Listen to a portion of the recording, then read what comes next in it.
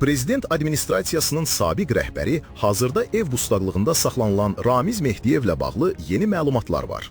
Gununses.info'nun əldə etdiyi məlumata görə dünən gecə saatlarında Mehdiyevin səhhətində ciddi problem yaranıb və onun yaşadığı ünvana təcili tibbi yardım çağırılıb.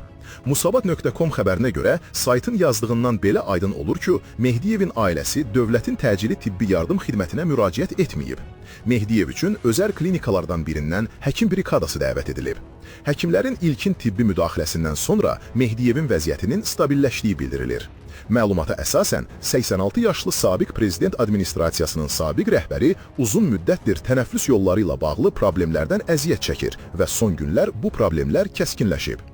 Xatırladaq ki, Ramiz Mehdiyev Dövlət Təhlükəsizliyi Xidmətinin İstintaq Baş İdarəsi tərəfindən dövlət çevrilişinə cəhd və hakimiyyəti zorla ələ keçirmə ittihamları ilə cinayət məsuliyyətinə cəlb edilib. Onun barəsində Səbail rayon məhkəməsinin qərarı ilə 4 aylıq ev dustaqlığı qətimkan tədbiri seçilib.